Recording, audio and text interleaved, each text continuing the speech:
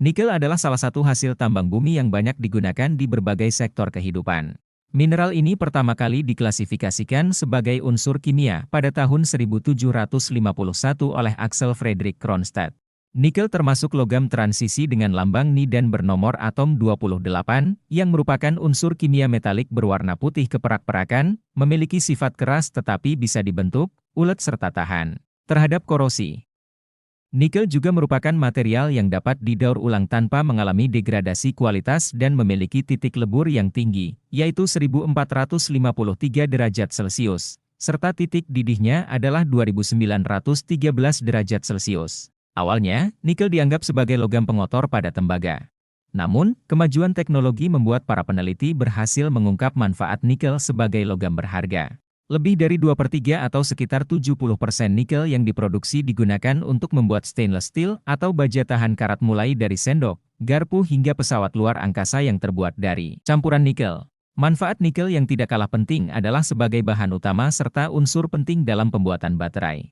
Salah satu sumber energi yang sering digunakan manusia saat ini adalah baterai lithium-ion. Baterai ini banyak digunakan dalam berbagai alat elektronik seperti smartphone, laptop, hingga mobil listrik.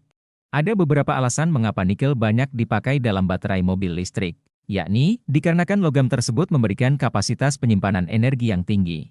Dengan semua keunggulannya tersebut, baterai yang digunakan dalam mobil listrik akan berukuran kecil dan lebih ringan sehingga sangat nyaman digunakan dalam perjalanan jarak jauh ketika menggunakan mobil listrik. Sebelum nikel murni dapat digunakan menjadi barang-barang yang berguna, nikel akan diproses terlebih dahulu menggunakan proses smelter. Proses pengolahan nikel dalam smelter terdiri dari 3 tahap.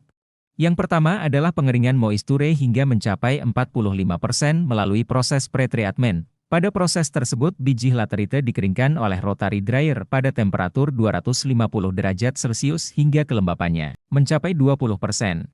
Tahap kedua adalah tahap reproduksi nasi menggunakan rotary kiln pada suhu 800 hingga 900 derajat Celcius.